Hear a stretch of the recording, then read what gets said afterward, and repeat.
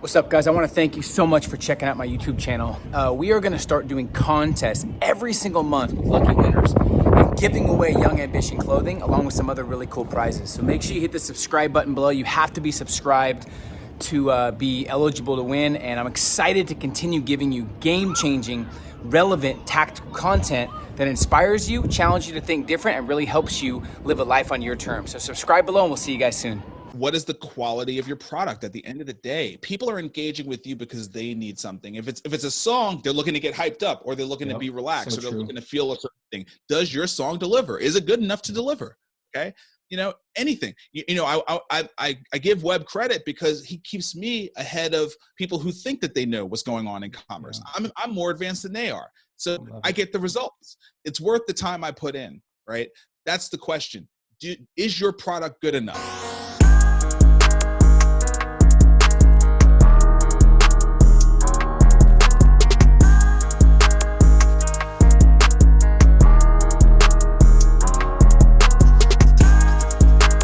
Who's doing it right, would you say, right now, in terms of maybe entrepreneurs or companies or people you study or pieces of content, in terms of, because it's so noisy, what would be the right, or you feel like would be the best avenue now to take in terms of content, social media? Is there anyone that you see that's like, you know what, he's getting it, he's ahead of the game, or ahead of his time? That's a tough question. No. I mean, I definitely have opinions on this, though. So I think that what people need to understand is that we are about to have a different class of people entering this space. Okay, so if you look at a company like I think I'm gonna get there, but in a bit of a roundabout way. So if you look at a company like Substack, right? There's obviously this micro revolution happening around newsletters. E-newsletters have been around forever, but now all of a sudden they're really surging, and people are paying for subscriptions to them. Why are people paying subscription to them? Because journalists who used to work in large media brands, New York Times, Wall Street Journal, Forbes, etc., are leaving these companies to start their own one-person companies powered around a newsletter. And these are people who are trained in the best brands in the world. So they have that cachet, they have that network. They're going to be able to sort of on day one spin up these really high quality publications, right? And do them with the sort of sensibility and savvy that you would expect from a large media brand, but they're going to be able to do it independently because the technology enables it. I think that I have a bit of a sense that the era of the personal brand is ending. And that those who have the personal brand will be able to continue to leverage it. But I think many other people are going to need to be much more audience focused and sort of create an actual brand, and it can't just be sort of their name. It needs to be like an actual brand going forward. I have this sense that that's where we're headed. There's a guy named Webb Smith who his Twitter handle is @Webb.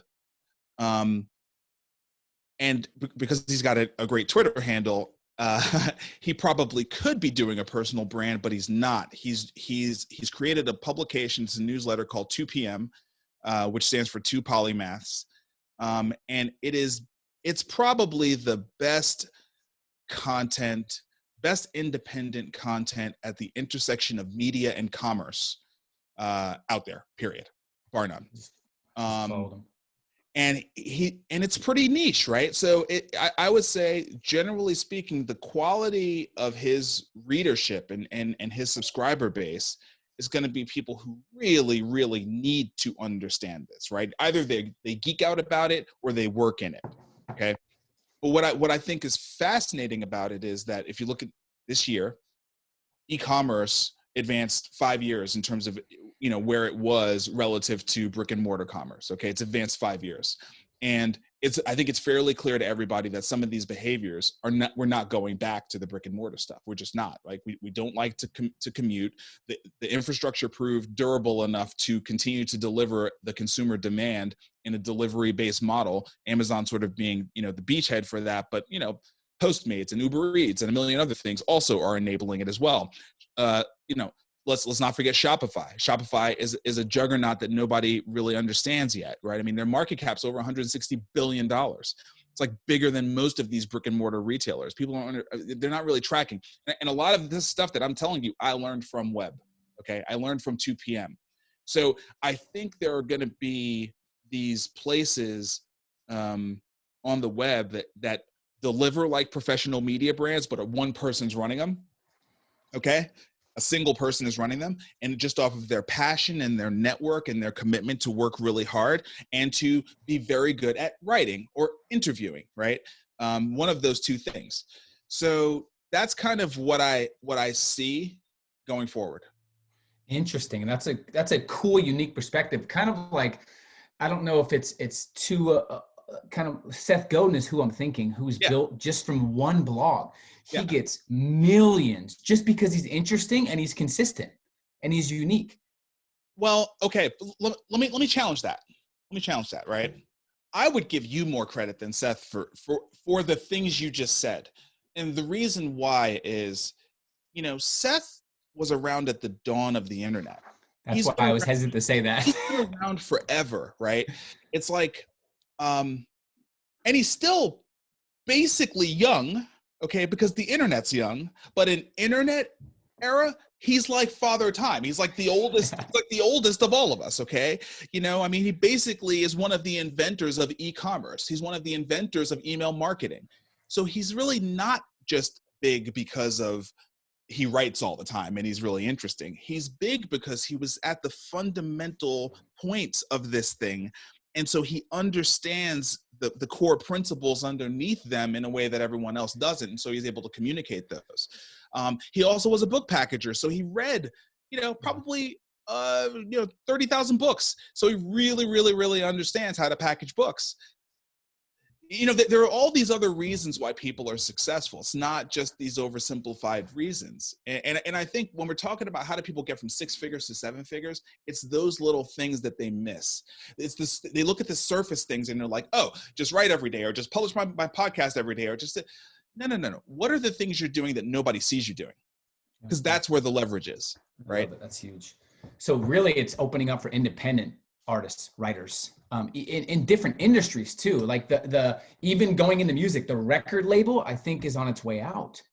It's like the independent artists now have the leverage if they can understand how to communicate their message to the audience at the highest level and engage and connect people. Is that what you're saying? I am saying that, and not but.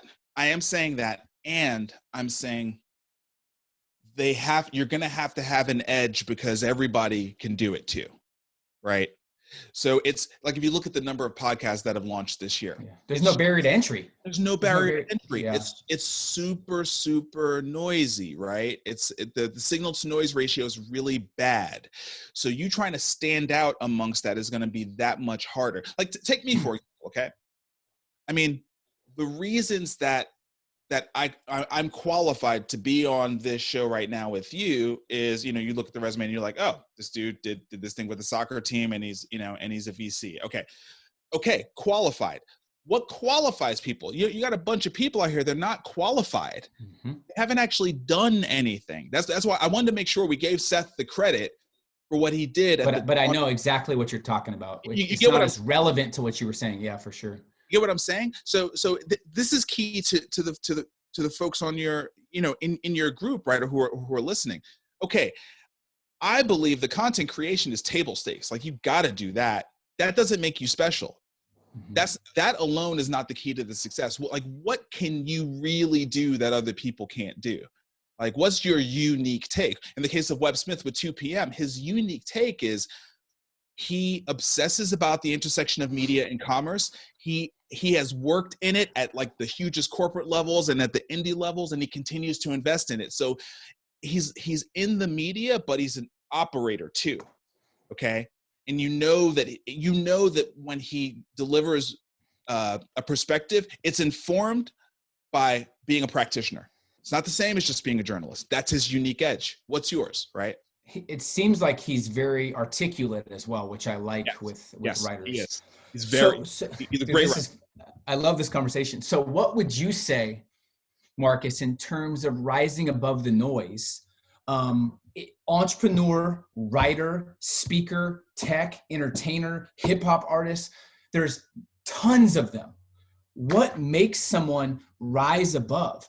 Because is it strictly building a fan base? Because that's what it used to be. If you have a fan base, you're good. Right.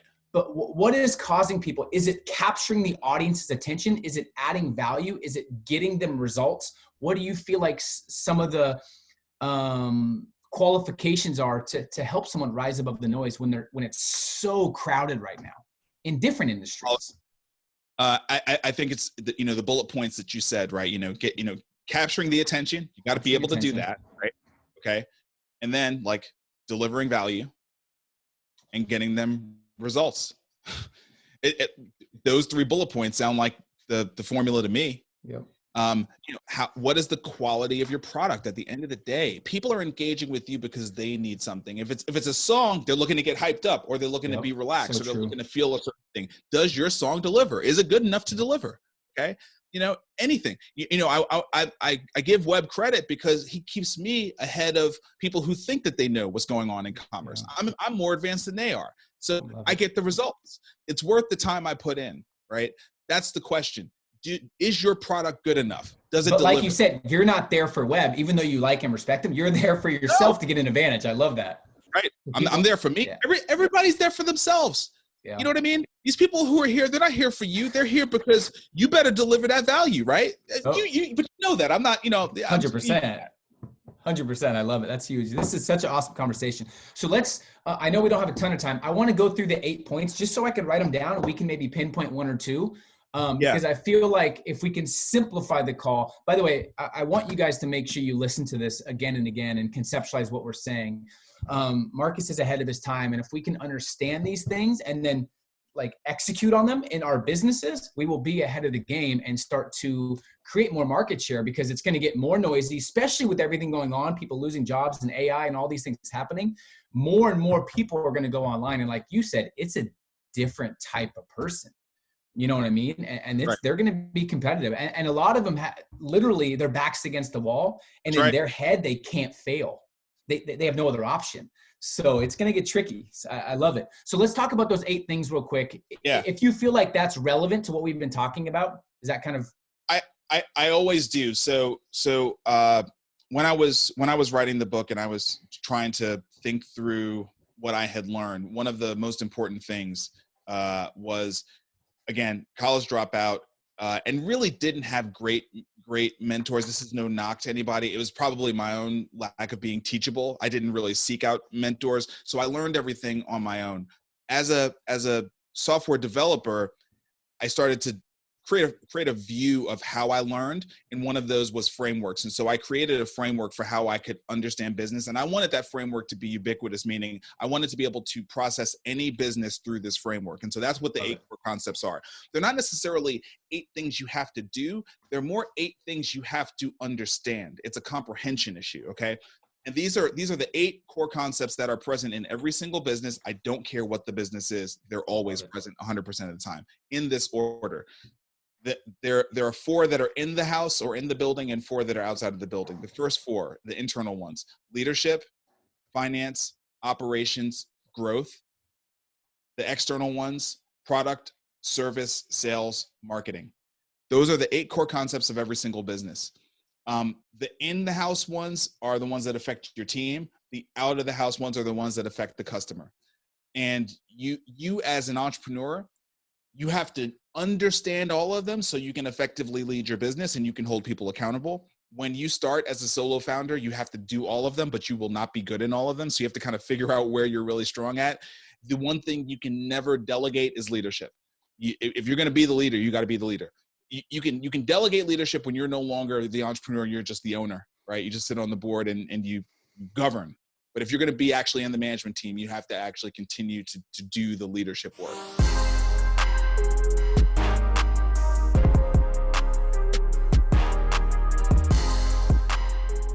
Hey, what's up? And thank you for watching this video. If you enjoy this video and this content, make sure you hit the subscribe button below, put the notifications on, and I assure you, you'll love this content and these videos.